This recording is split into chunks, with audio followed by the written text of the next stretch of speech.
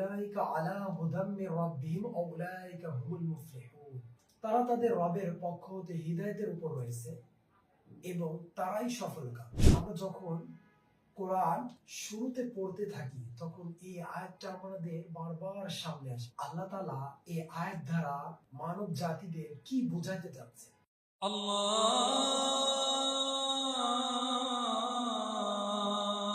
আকবার, আল্লাহু আকবার। আসসালামু আলাইকুম ওয়া রাহমাতুল্লাহি ওয়া বারাকাতুহু। তারই প্রশংসা করি যিনি যাবতীয় প্রশংসার মালিক। এক বন্ধু তার আরেক বন্ধুর সাথে দেখা করবে এবং দেখা করতে হলে তার একটা রাস্তা 1 কিলোমিটার দূরে। সে বন্ধুর সাথে দেখা করতে 1 কিলোমিটার রাস্তা অতিক্রম করতে হবে। তখন সে রাস্তা দিয়ে যাচ্ছে, যাওয়ার পথে এক ব্যক্তি বলছে,